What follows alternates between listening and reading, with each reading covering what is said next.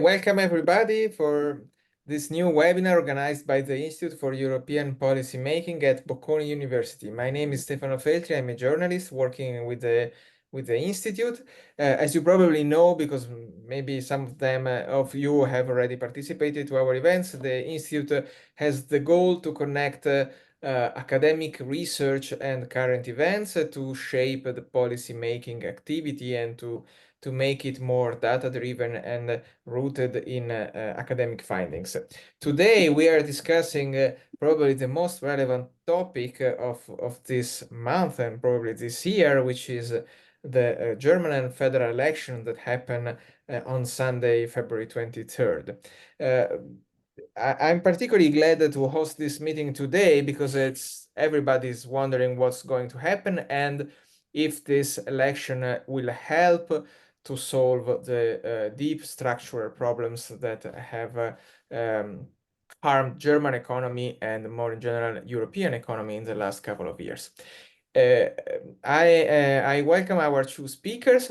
We have Diana Pieper. She's a reporter and an editor at Die Welt. She's an expert in foreign policy. She covers international issues, and she will help us to understand the European implication of the German election, especially regarding foreign policy, Ukraine, and transatlantic relation. And then I welcome Wolfgang Münkau. You probably already know him. He is the editor of Eurointelligence, which is one of the most influential analysis services and media outlets where you can have very precious insights every single day about European issues. And more importantly, today, he's the author of a great book titled Kaput, The End of German Miracle. This book was published a few months ago and is a book that tackles the deep structural problem of German economy, and he will help us to unpack what is going to happen and if the new government can do anything to solve these problems. But first of all, I mean, if you're here, you're probably familiar with the result. The CDU basically won the election, but since it is a proportional system, they have to form a coalition to govern. So the first question I would like to start with Diana to tell us what is to set the stage. I mean, what's going to happen? What is the implication of this result? And what do you expect also in terms of the timeline for having a new government and a new chancellor? So what is clear is that the Conservative Party is the winner of this election, and Friedrich Merz, he's the chief of the party. He will probably be the next chancellor. He said he wants to form a coalition until Easter, which could seem like not so ambitious, but it is actually ambitious, I would say, because he will be confronted with very difficult negotiations, I guess, because he and the Social Democratic Party, they have a small majority in the parliament now, and the negotiations will be difficult because the Social Democrats lost a lot of votes to the left, so they will try to force the Conservative to make a lot of concessions. So we will see how that works, but this is the most probable outcome or coalition. Yes. One of the most relevant details that can shape the negotiation is that the BSV, the Sarah Wagenknecht Alliance, did not make it to reach the 5% threshold, so they will be out of the parliament. Why is this so relevant? And what is the Sarah Wagenknecht Alliance? How do you define it? Because it's not obvious. No, it's not obvious. So it's a party that was formed by Sarah Wagenknecht, as you could tell, and she was actually in the left party, but because of personal issues and also political issues, she decided last year to form her own party. It's still a left party, but they are more critical towards migration, which was one of her main topics. And she was successful in the last regional elections in east of Germany. So a lot of people thought that she would enter in the parliament, but then in the last weeks in the surveys, she lost a lot of support and possible voters. So yeah, this was one of the most interesting things last night and yesterday night, if she could make it into the parliament or not. It was very, very close. She now she has like 4.9%, I think, and she needs 5%. So it was a really close run or race. And it's actually very important, because if she would have gotten inside the parliament, or the Liberal Party would have gotten inside the parliament, then the Social Democrats and the Conservatives wouldn't be able to form a coalition. Because I don't know how familiar everyone is with the system in Germany, but you need a certain amount of seats in the parliament. So it depends on it depends on how many parties enter the parliament, of course. So. Thank you. Before moving to the transatlantic implication and the Ukraine war, I wanted to ask Wolfgang Münkau about another party that did not make to get into the parliament, which is the Liberal Party, because basically they triggered the political crisis that led to snap elections in last, I think, November. And they were the strongest supporter of what in Italy we usually call austerity, of fiscal conservatism and strict debt rule. So what are the implications of this result from the perspective of fiscal stance of Germany? From what I'm reading, financial markets have been reacting as if they expect a more relaxed fiscal policy. Is that correct or not? No, it's not correct. I think or partially correct. I think the financial markets, I have quite a few clients in the financial markets, and they have been I felt I had to kind of roll them back, and certainly verbally, because I felt for the entire period, the markets were very much already discounting a very significant fiscal expansion. And I can't blame anyone for failing to understand the complexity of the German debt break and the fiscal rules and all the history of this discussion. And I do expect some changes, but it's going to be very, very tight.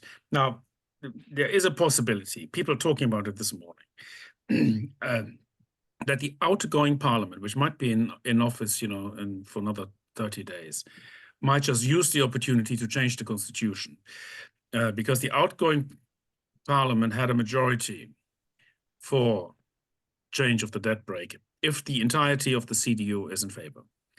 However, the problem with this is that this isn't a binary decision. This is a very difficult one. This isn't about just change it or not change. This is about how do we change it, about what will we put in, and what are the frameworks, and how does it work with the states, how does it work with the municipalities. It took them 2 years to negotiate the thing. Back in 2007, they started. It ended in 2009. It was a very long, complex negotiation. They're not going to hack this in a month. So I don't think this is going to happen. And once we enter the new parliament, once the new parliament takes effect, which is in 30 days, it will no longer have a natural majority for that break. The parties, the traditional centrist parties, the CDU, CSU, SPD, and the Greens, are no longer command a 2/3 majority of the seats. Now, you asked about the FDP, that the FDP was opposed to the debt break. They kind of ended the coalition for that, because Scholz asked them to soften their stance on the fiscal policy, so he could spend some more money on Ukraine and some more money on defense, and they refused. And that led to the famous bust-up on the day after the US elections, and the German coalition collapsed that day. but but the fact that they're out you might superficially think it makes a lot of difference because they are the most vehement opponents to this. But do not underestimate the Left Party. The Left Party is big. They had a massive victory. I mean, they came from nowhere. I was looking at the polls this morning. They were at 2.5% back in October, and now they got almost 9%. And it was an incredible campaign by them. And and they are in favor of debt brake reform. However, they are opposed to an increase in military spending. And so they would negotiate this. So they would negotiate this as part of a budget. So they would not just give them, a debt brake reform is a constitutional reform. If you give it away, if you basically accept it, you have no leverage over what people do with the reform debt brake. So they will almost surely want to ensure that the money is only spent for infrastructure spending, for social reforms, and they're not even talking about infrastructure. They're talking about social infrastructure.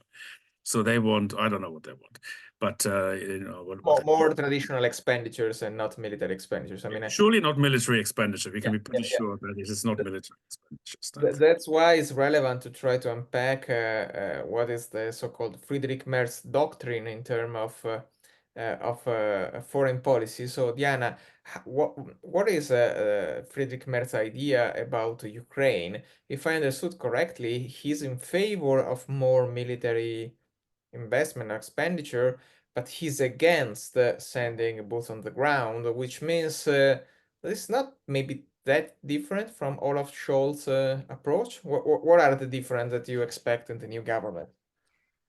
So yes, you're right. He didn't say that he wants to send military to Ukraine, but I also think that it wouldn't have been very smart to make such announcements before the elections, because as you know, the German public is also very cautious about those things, and you cannot really go too fast, so I think the last word is maybe not spoken on this topic. However, the big task for Friedrich Merz now is to fulfill this role of a European leader, because that's what a lot of other European countries expect. Like Emmanuel Macron, the French president, expects Germany to fulfill this role again. Poland wants that, and the Scandinavian and Baltic states also expect that, because Olaf Scholz, he pronounced, or he wanted to have the Zeitenwende, but he didn't really fulfill this promise. Which maybe we can recall, it's the big announcement that Olaf Scholz made after the Ukraine invasion in 2022, which was supposed to be the beginning of a new era in terms of military expenditure and defense investment, which did not actually happen. Yes, so Germany is the biggest supporter of weapons of the Ukraine, and also Germany fulfills the NATO goal or guidelines of 2% of spending, but yeah, it didn't fulfill this entry in a new era, and it's not this European leader. So that's the role that Friedrich Merz is expected to fulfill, and he already said it quite a lot in the last days, that he will do that Europe waits for Germany, that he wants to do that. And he's also much more fast forward in some topics that Scholz always tried to avoid, like for example the nuclear sharing. That Germany works together, or Europe works together with the US in terms of nuclear weapons. But now, since the US is kind of maybe not as stable as before, as an ally, there will be new discussions about the nuclear umbrella, so to say, in Europe. And Merz already said that he wants to speak with the French government about that. He said it before the elections. He said it yesterday, I think, or some days before the elections. And Scholz was always blocking those discussions. So this is, for example, a very interesting field where we can see some progress, I guess. Thank you so much. Let's discuss the economic part, Wolfgang. In your book, you are extremely critical on the German model, the so-called German miracle. Basically, you say that Germany at a certain moment doubled down on a purely manufacturing economy with an export-led growth model, which was totally, how to say, out of time in the digital age, and basically Germany was in Italian we say lost the train, missed the opportunity to be at the frontier of innovation, and it is trapped in what we call in a report by our institute called the middle technology trap. They invest too much in middle technology industries such as automotive. Now we have Friedrich Merz, the former head of BlackRock in Germany. Does he have a different view on the path forward, or is he part of the same German elite which did not understand what was going on? Yeah, that's a good question about Merz. I mean, you mentioned the article, the mid-technology trap. I read it, and it was a very good article, but it's a very rare case of a German author. I think there were two authors in this case, making, acknowledging this problem that Germany, that the German model, that the left and the right in Germany, they're all in favor of the model. The left wants it to be, they're all in favor of an industrial, this mid-technology type model, which is, it's not low tech. If you look at a diesel engine, that's not low tech. It's actually very, I don't understand how it works. It's very complicated, but it's not digital. It's not modern. It's not 21st century. It's a 20th century product. And a lot of German companies work in this sort of mid-technology era and have built leadership in this, and they call themselves the hidden champions, and all of that is true. They are really sort of specialists in, but the model came unstuck because a number of things that went right in the last decades went wrong in the last 10 years. Geopolitics moved in a different directions. We can no longer trade as freely as we did. We have restrictions in trade to Russia, to China. China has become a competitor. China used to be complementary to Germany. In the beginning, like 15 years ago, when Gerhard Schröder did his reforms, Germany and China were wonderfully complementary. The Germans would produce plant and machinery, and the Chinese would produce consumer goods with those plant and machinery. There was no, they wouldn't, encroach on German products. Now they're taking the solar industry away from Germany.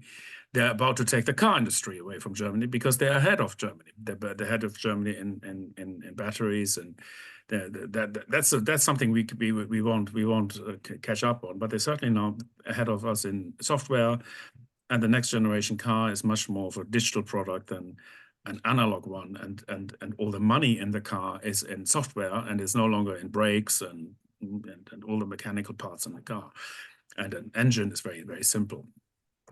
Now, there are very few Germans who accept the view that there's a problem with the model, because the export-led growth model, they have been telling each other for decades that this is the German strength. This is what Germany is good at. And when they had a crisis in the early 2000s, they reformed the model by making it more competitive. And that seemed to superficially work. And it worked for a number of reasons. One reason was East European enlargement, because supply chain diversification helped them reduce cost. The Eurozone crisis helped Germany. It didn't help Italy and Greece, but it helped Germany because the euro came down. The exchange rate of the real was a real devaluation. So Germany didn't import any inflation. It just produced a real devaluation. Quite rare, actually, that you get a real devaluation of that magnitude. And that helped Germany regain competitiveness. There were also some labor market reforms that helped, normalize a few problems that had arisen in the German labor market. It was not the main thing, but it certainly helped. There was a demographic shift that took place. The baby boomer generation was still working in the 15 years ago, and they had a high aversion to becoming unemployed. So they accepted wage moderation. Now, most of them are now retired, and the younger generation are not like that anymore. The younger generation are much more normal in terms of their sort of wage behavior, you know, and in terms of their participation of labor markets. So a lot of the things that sort of were luckily conspiring in favor of the system until about 2017, 2018, completely flipped, and it's going against it. Now, Merz, I have to admit, I listened to one of his speeches. I listened to another speech which was exactly the same. He always gave the same speeches in the election campaign, and I listened to one of his speeches, and he said a lot of things, and that's the problem with Friedrich Merz. He has a big agenda. He talked about migration. I mean, he's a bit sort of, you know, ADHD, you know, attention deficit, you know, hyperactive. He does a lot of things, and, you know, whatever comes to his mind, he just does next, and he gets very upset easily. There's sort of anything that happens, any horrible crime that happens, then suddenly that he's on the case, and he is just going off into the extreme. So the fact that, you know, he did mention, I have to say, he did mention that he thought the German model was broken. And he said, like, you know, he said the model is, you know, we basically get East Europeans to, you know, to pre-produce the intermediate goods, and we get them to Germany, and we sort of, you know, turn them into something, you know, a product with the help of cheap Russian gas. And he said that model is over. So I was listening up and saying, oh, I've not heard this from a German politician, because previously the left and the right and the Greens, they all agreed that the model was good. The left wanted to make it more social. The Greens want to make it more green. And the right wanted to make it, you know, more sort of competitive with low taxes. Changes, but no structural changes, basically. But nobody wanted structural changes, and nobody wanted to change the actual model. And, you know, my point is merely, you know, I don't have another model. You know, I'm not, you know, I don't think you can trade in models. But I think that something as extreme as the German model, you know, depending on export, not just on exports, but on export surpluses. And I think any economist knows there's a big difference between exports and export surpluses. An export surplus is a saving surplus. It means we're saving more than we're investing in the country. It's a lack of investment. And that has bedogged the German economy for a very long time. We've not invested. And partially to do with the debt brake, that was a factor in the low investment, but it's also to do with most of the problems that arose in the private sector. It was the private sector that didn't invest. And, you know, this is a deep imbalance in the economy. Nobody addressed that. And now I have zero confidence, I have to tell you, that Merz or anyone in the new government will address this issue. This is not the debate in Germany. So what my book tries to do is, you know, change the discourse, which is very difficult, because, you know, people have been, you know, they're saying the same thing to each other. We are not competitive, and, you know, we have the expensive energy. And sure, energy is expensive, but so do others. You know, it's not like Germany has particularly high energy costs. The gas we buy is the same gas that you buy. Italy is much higher. In Italy, the energy cost is much higher. So okay, I would assume it is, yes. We have a competitiveness problem, but not you're not alone in this. Diana, Wolfgang was mentioning this strange relationship that Germany has always had with China, which is at the same time a market for its product and a competitor, an existential competitor for its key industries. What do we know about Friedrich Merz's vision of international relationship, also in terms of transatlantic relations? So is he going to be more confrontational with the US and more pro-China from a different perspective, or he's going to be more confrontational with China and less confrontational with the US because of trying to find compromises between these two poles of international competition? Yes, this is a very interesting question.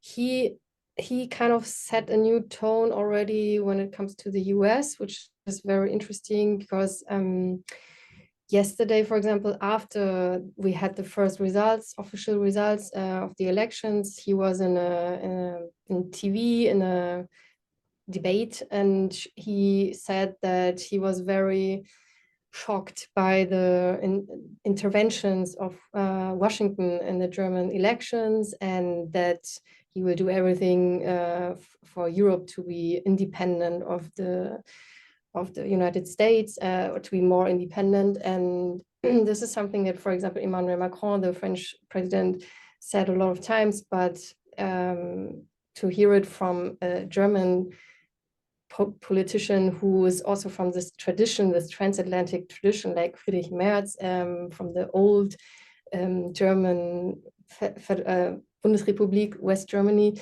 It was very interesting to hear that, and I think it will be the base for cooperation also with, for example, France, who insists on doing that.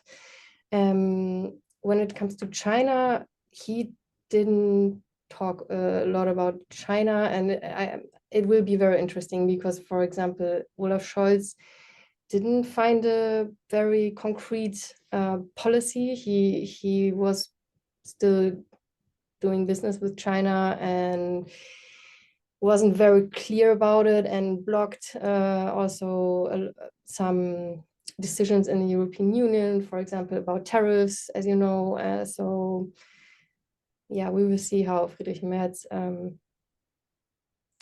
Yeah. Okay, before opening the floor to question, and I assume that there are plenty of them, and I invite you all to write your question in the chat or raise your digital hand. I would like to tackle the problem that probably was one of the most relevant, even if we have not mentioned it yet, which is migration and the role of migrant workers. So I would like to start with Wolfgang from the economic perspective. I mean, how do you see the implication of the increasing relevance of migration in the German debate? I mean, Merz has moved to the right on these issues, and I think that in Germany you have the same problems that we have in Italy, which means that companies struggle to find workers, and this problem is becoming even worse because of the political relevance of the issue. So politicians basically cannot do what is needed for the economy. How do you see this the obsession for migration as one of the many, not structural but contingent problems that the German economy is facing now, or is just a political issue? Yeah, I mean the immigration thing went completely wrong in this campaign, and I think it was a big mistake for Merz to focus on it, because he had a good story to tell on economics, on the economy. Even though he's not entirely focused on exactly the right thing, his view on the economy, it kind of made sense. He raised valid concerns. But the migration debate completely derailed his campaign. Everybody was talking about migration. Migration's become the total #1 issue in the election campaign. Now, the problem in Germany is that, Germany is a country like Italy with a terrible demography. Not many young people. And Germany needs immigration. This is the first. Germany needs qualified labor. And Germany is not very good at getting qualified labor. This has been a problem for a long time. It's to do with the language. It's not easy to learn German. It's also there are a number of structural impediments, getting to German university. I wrote a story in my book. My son, who's just who turned 19 when I wrote the book, he wanted to study, or he had considered studying in a German university, and he had offers from a British university, but we pursued this in parallel. He had the grades, he had all of the requirements in place. But the fact that he went to not a German university, despite the fact that he is a German citizen, meant that he had to take a language test. And I said, this is okay, have a language test. But he needed to actually go to Germany to take the language test. He needed to pass the exam in Germany. And it needed to pass it like before the studies started. So if for some reason he had failed the test, he could not study. And that's obviously not a risk that any sane person would take. And sort of here was Germany.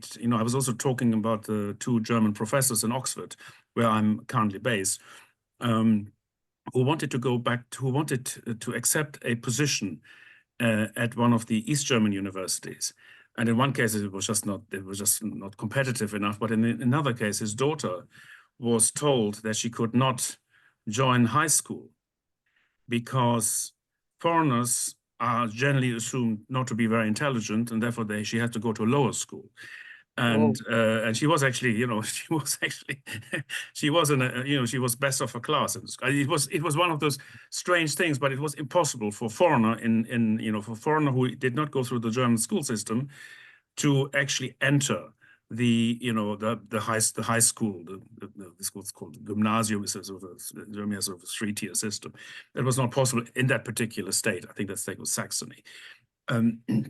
So here we are, Germany making it hard for itself to actually attract people, and at the same time, we have this campaign against immigrants, and this is a campaign against illegal immigrants, and most of the problems with illegal immigrants are actually nothing to do with the law in Germany, but with law enforcement. If you actually look back at what happened, is that these people should have been deported a long time ago. They had applied for asylum in one case, but this was rejected. But the guy was still running around freely. He should have been deported a long time ago. And that didn't happen. So if it's sort of very hard to say what laws need to be changed. And so when Merz came in and said, introduced all sorts of resolutions and laws, it wasn't clear what this would do in order to solve the actual problem. It generated a lot of noise. It certainly changed the theme of the election campaign. It didn't help him. I mean, he didn't get the great results. I mean, he got 28%. This is the lowest that he polled in a very, very long time. It was at the very, very lowest end of the polls. So this I can't say that even from a sort of purely short-term tactical perspective that it worked, because it didn't. He had a much better story to tell on the economy, and he had focus. And my worry about Friedrich Merz that he can't focus. That you need to focus on something like when you have a problem like Germany does with its economy. And yes, military is very important. I completely agree that it needs to, we need to think about this in a much more strategic way. The current, Germany is fulfilling the 2% military target only, by the way, only because of this one-off off-budget facility that Olaf Scholz, his government, approved in 2022. This was like a 3-year, like a one-off thing, and it works for 3 or 4 years, but it is expiring. And when it expires, Germany's back to 1.3, 1.4%. So they need to find because of the Constitutional Court ruling that forbids any. That's right. They need to find 30 billion or so in order to actually go back to 2%. And obviously, if they want to go to 3%, they need to find another 40 billion. So they need to find 70 billion, which is like 2% of GDP, which is outside of the possibilities. They have a real fiscal problem ahead, and which nobody has addressed. And this is going to be a very, very difficult period ahead for them. Okay, thank you so much, Wolfgang. Just a final question to Diana before opening the floor. We start to receive the first questions. How do you think that this migration obsession will shape European relations of the Merz government? I mean, is he going to support, for example, Donald Tusk, Polish Prime Minister, in asking for stricter regulation in terms of asylum? Is this going to support what Giorgia Meloni is trying to do with Albania, like to force this speedy deportation through a third country? What do you expect in that on that issue? Yes. So first of all, I'm thankful that Wolfgang made the difference between illegal migration and the one that we actually need, because we don't have enough of skilled workers in Germany.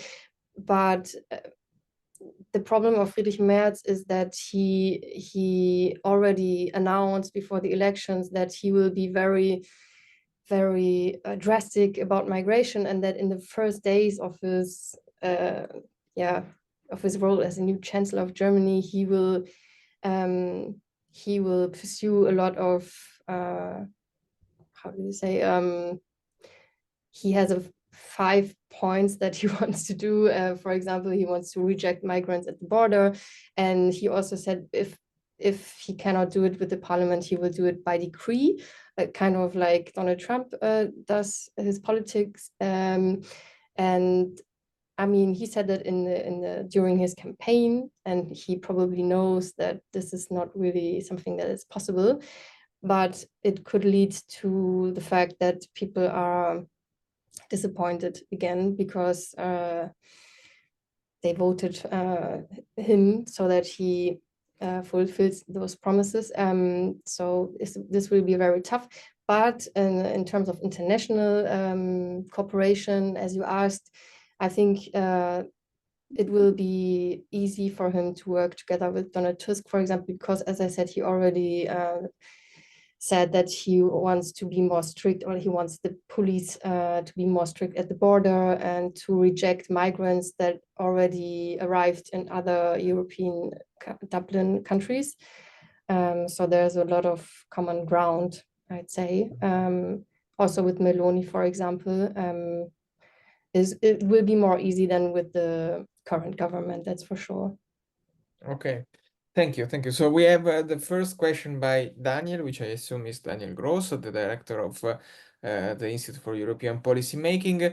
The federal government can probably do little to help the German economy escape the middle technology trap, but Chinese competition might force German industry to move towards new high-tech sectors. Remaining open to China might thus be the best hope for a revival of the German and European economy. Wolfgang, do you agree with Daniel? Totally, 100%. This is what I believe too. There are a number of things they need to do. I've been sort of banging my head about capital markets union, because we need to actually generate the financial sector. The financial sector is very important, because you need to actually have the money to fund it. But obviously, cooperation with China is another way to fund it. So you can have joint ventures, for example, the German car industry. It could well end up as a partner to the Chinese car industry. And I think, in fact, this is actually not a bad business model. The Germans having a lot of manufacturing capabilities, a lot of old style engineering capabilities, that they are they're certainly superior, or certainly more experienced. And the Chinese have the modern tech, and in the European market, we will certainly not allow the Chinese to take the entire European market and just wipe away the European car makers, just as the Chinese don't allow this with us either.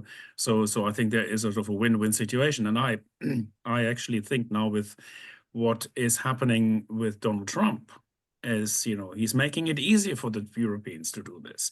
We've been I think it's during the Biden administration, where we were still a throwback to the old days of the transatlantic relationship. We were much more under pressure by the United States to fulfill or to follow them on China.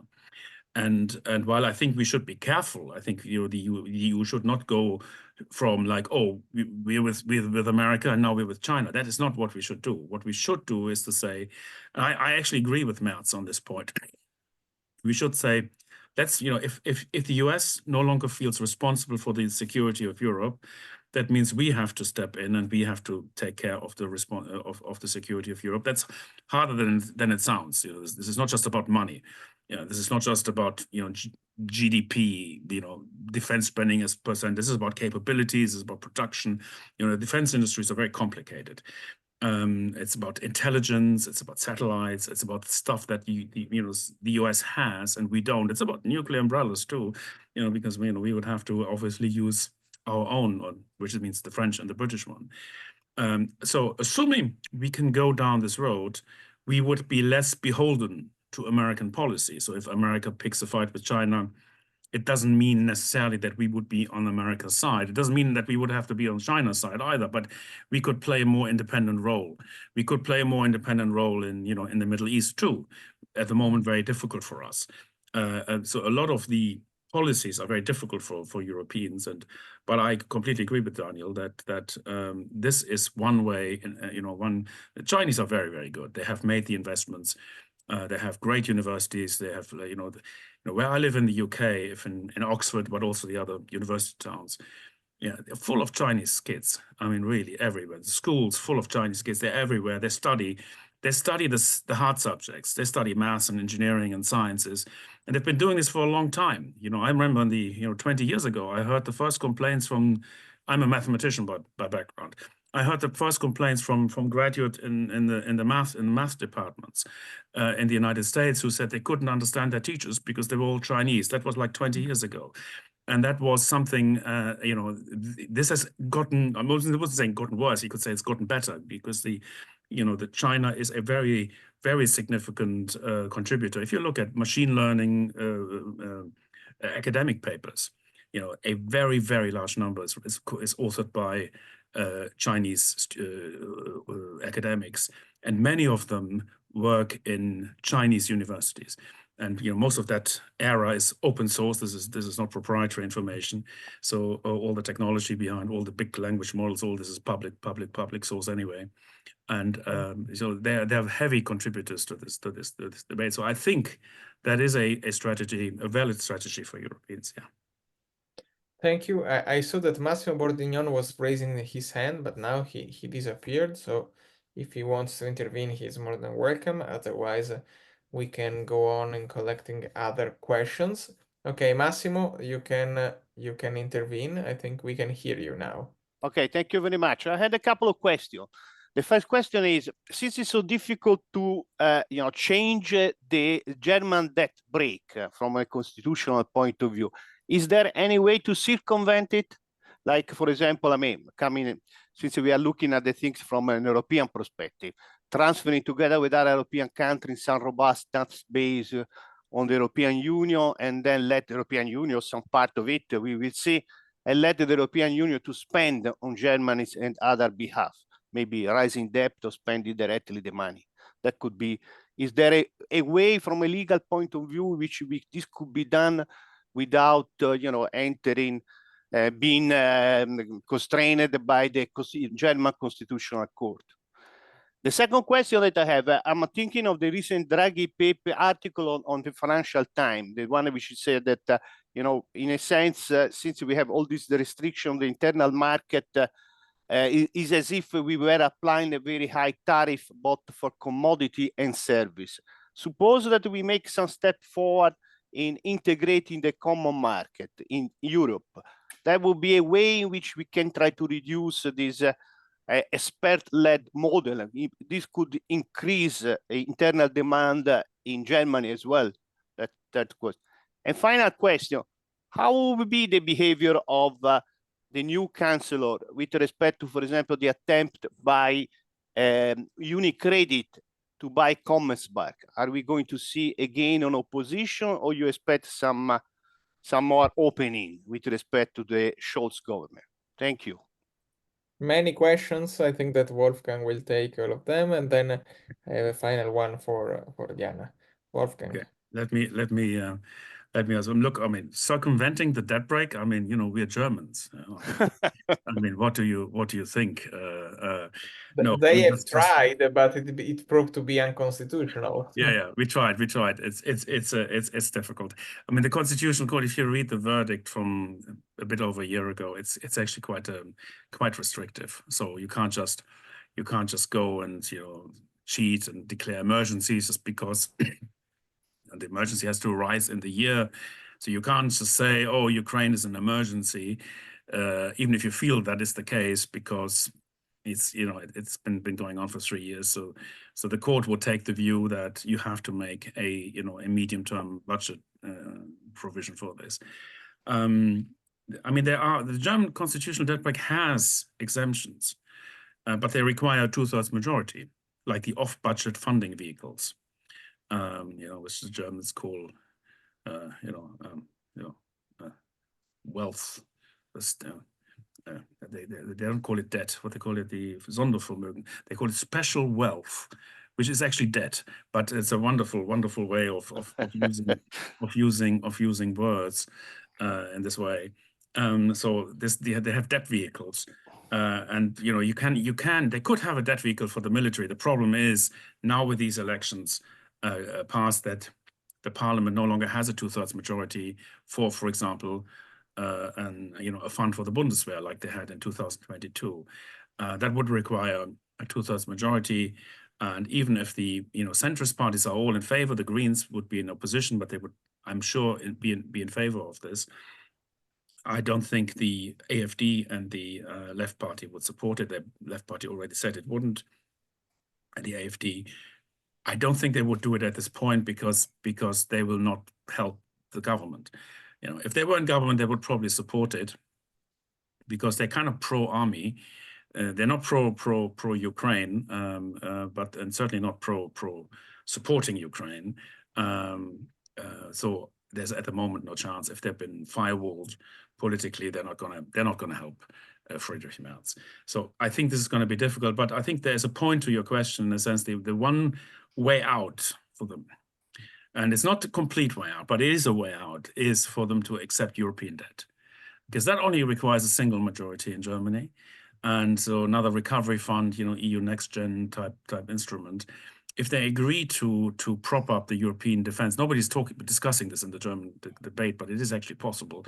If, say, the Polish, prime minister has made these proposals, if they say, like, let's have a European fund. I mean, the EU cannot fund national defense, armies. They can't do that, but it can produce, it can fund, so it can have a structural fund, for example, for, say we have new battle tank or for so new defense systems.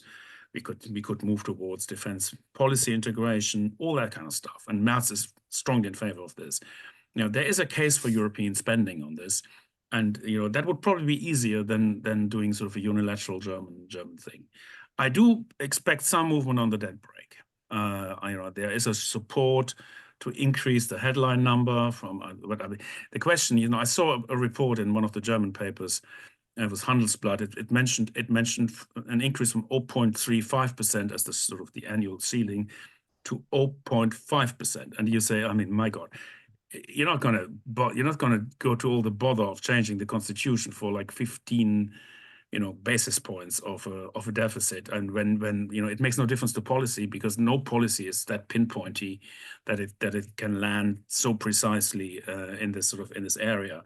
It's just, it would be a waste of a reform, really, and you better wait 4 years until you get something real done. But that's the kind of stuff they're discussing. So we shouldn't overestimate the CDU's own appetite for debt brake reform. There isn't, a consensus in favor of some more flexibility, but we should not assume that the CDU is now all in favor of debt brake reform, as pretty much all the European economists seem to be. Where when I also talk to my clients in financial markets. For them, debt brake reform is a no-brainer. Germany should have high levels of debt, and there's sort of an overwhelming consensus by everybody who's not in Germany, especially, that the debt brake reform needs to, that Germany needs to have much higher debt, and within Germany the picture is more nuanced. I would say. So that was just to the debt brake. There was another. What was the other aspect of the question? Maybe not directed at me. That was about the deepening of the internal market in UA. I mean, you have this article by Draghi, Yeah. No, I think that was a brilliant article talking about. I mean, it's by the way also a reason why Brexit wasn't as damaging as people thought it would be, because the UK didn't exactly leave a tariff-free single market, because the single market doesn't have the same effect. It's a single market for products mostly. I recall Isabel Schnabel also saying that the services we have not achieved a single market for services, and services most of the economy. And that would indeed be one of the, I mean, we've been talking about, making the EU more efficient. And, I remember there was the Bolkestein directive from the early 2000s, when the Dutch commissioner, internal market commissioner, wanted to extend the single market to services. It was blocked in France, as far as I recall. Then there was the French referendum on the constitution, and this sort of ended all of this stuff.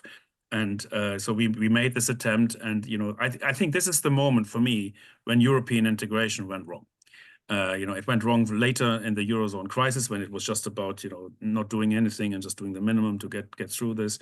And ultimately, we didn't do what we needed to do in Europe to create a sort of a strong economy, liberal economy. So what we did instead, we basically became more regulatory. So instead of turning into a sort of a confident, economy with a strong center, with a strong, even sort of debt raising capacity, we became a regulating force.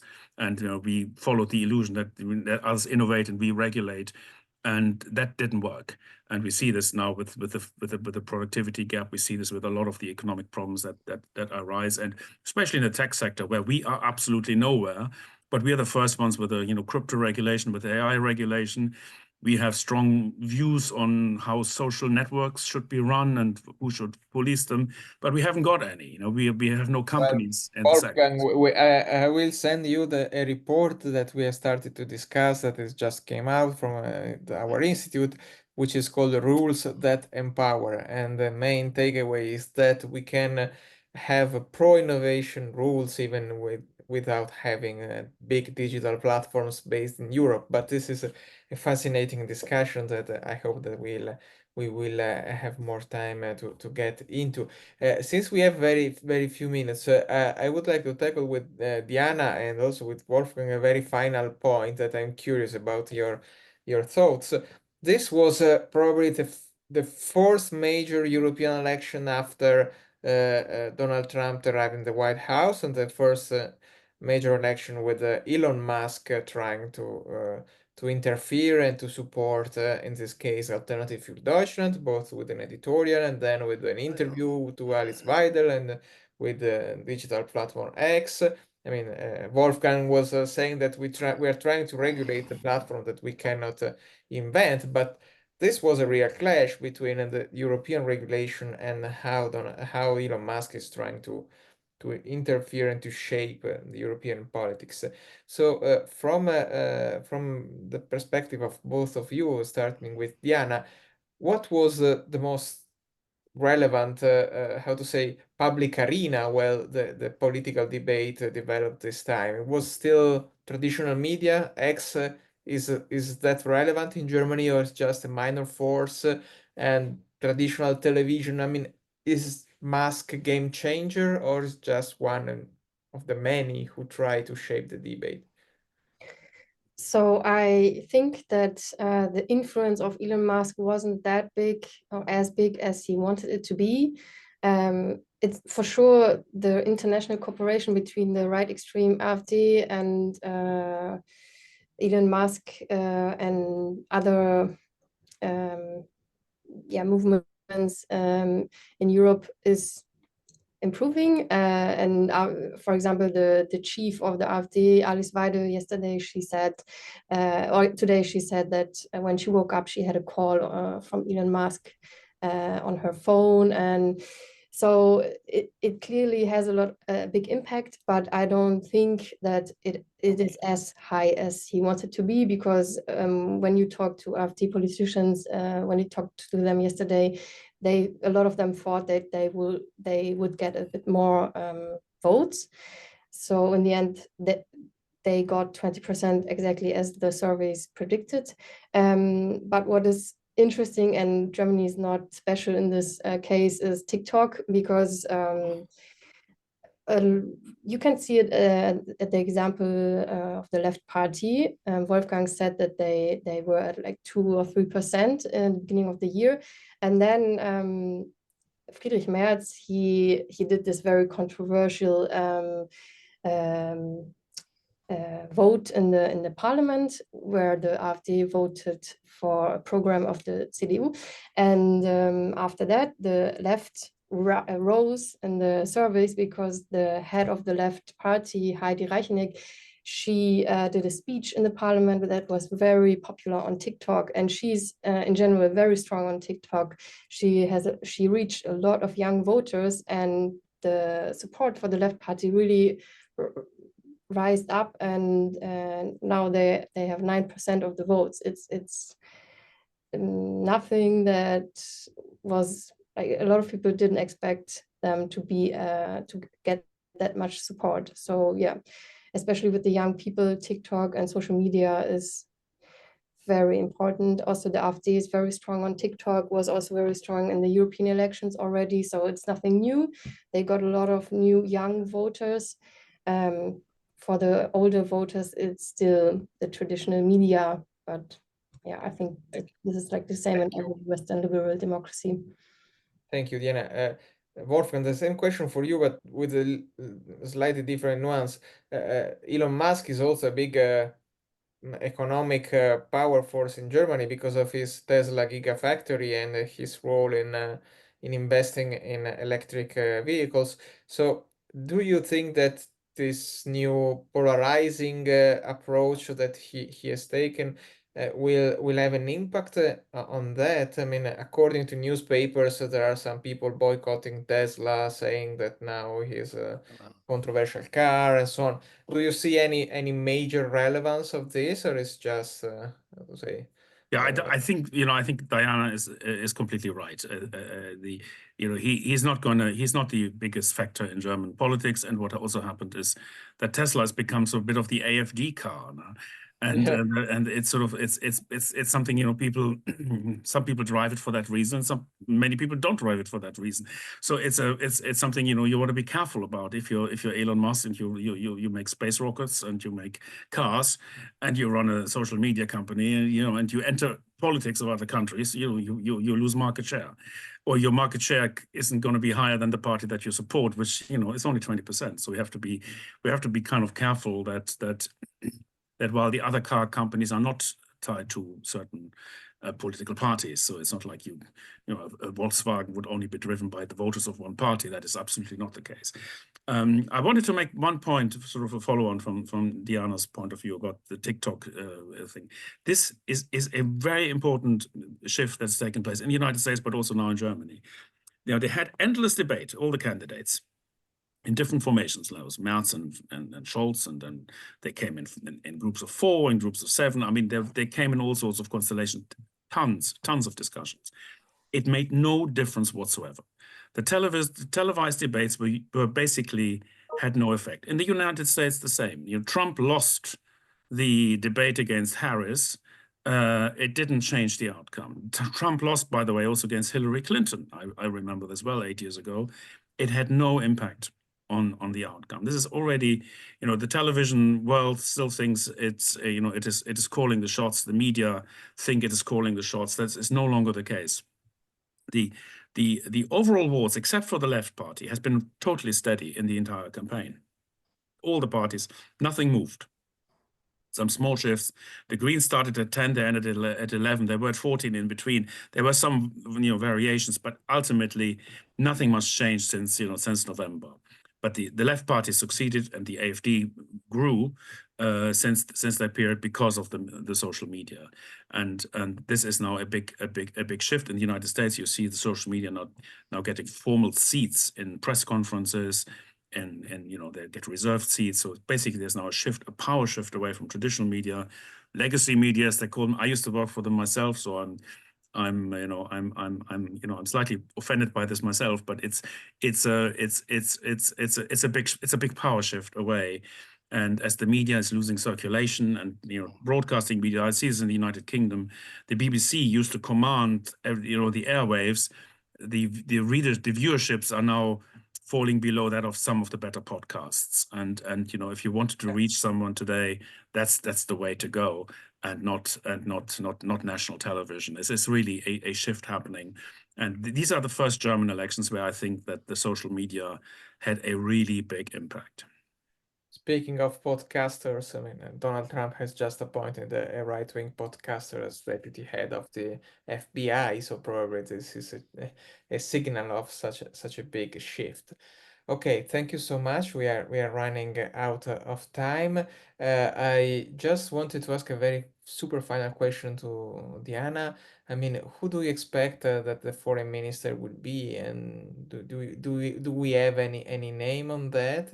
Do we know who he or she is gonna be, or not yet? We don't know it yet, but I'm very interested in getting an answer to this question. Couple of months ago, Markus Söder, the chief of the Bavarian CSU, the sister party of the Conservatives, he was in the discussion, in the debate to be the foreign minister, but he's always kind of in the debate for everything. Yeah, maybe. Yesterday, I saw a debate with Jens Spahn. He's very invested in the transatlantic relationships. He went to the Conservative Party to the US and could be a candidate, but right now it's very open. It's really completely open because we don't even know which party will get the. Yep. Is it any suggestion that it could be Boris Pistorius? Yeah, that was. Could also be possible. Yeah. Who is the current defense defense. extremely popular despite being much more hawkish than other regarding Ukraine. So that's an interesting part. Okay, we will see. I think that it would be very interesting to monitor what will happen in Germany, because it's relevant for all of us, especially for those who are not based there, because I mean we are price taker in this realm. Okay, thank you so much to Diana Pieper from Die Welt, and thank you to Wolfgang Münkau from Eurointelligence. I just recommend you to subscribe the newsletter from YEP that you see somewhere in the chat, the link to subscribe the newsletter. We are also on Substack. And I also definitely recommend Wolfgang's book Kaput if you want to go in depth in the real German problems beyond this electoral campaign. Thank you again. It was a real pleasure, and I hope that you all enjoyed the conversation.